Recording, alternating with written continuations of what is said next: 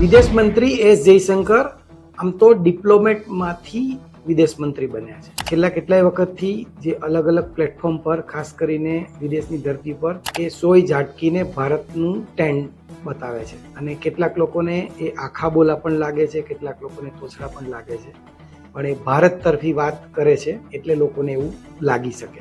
અત્યારે વિદેશ મંત્રી આયર્લેન્ડ અને બ્રિટનના પ્રવાસે છે અને ત્યાં એમણે કેટલાક જવાબો આપ્યા અને ખાલિસ્તાનીઓએ એમની ગાડી રોકવાનો પ્રયાસ કર્યો અને તિરંગો ફાડી નાખ્યો. એની આપણે આજે વાત કરવાની છે.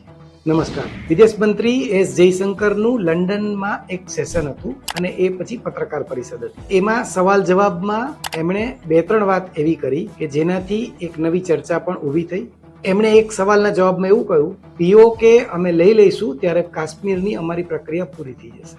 જયશંકરે 4 પગલામાં ભારતનું મિશન કાશ્મીર સમજાવ્યું.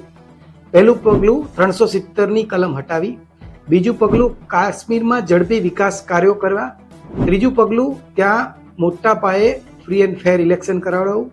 આ બધું થઈ ચૂક્યું છે એટલે 3 પગલા ભારત સરકારે લઈ લીધા છે.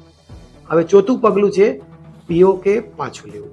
ટ્રમ્પ અને અમેરિકા વિશે એમને જે સવાલો પૂછ્યા હતા એનો પણ એમણે સોય ઝાટકીને જવાબ આપ્યો. આપણે એક એવા રાષ્ટ્રપતિ અને એવું શાસન જોઈ રહ્યા છીએ કે જે મલ્ટીપોલરિટી એટલે કે બહુ ધ્રુવીયતા તરફ આગળ વધી રહ્યા છીએ અને એમની વિદેશ નીતિથી ભારતને ફાયદો થશે.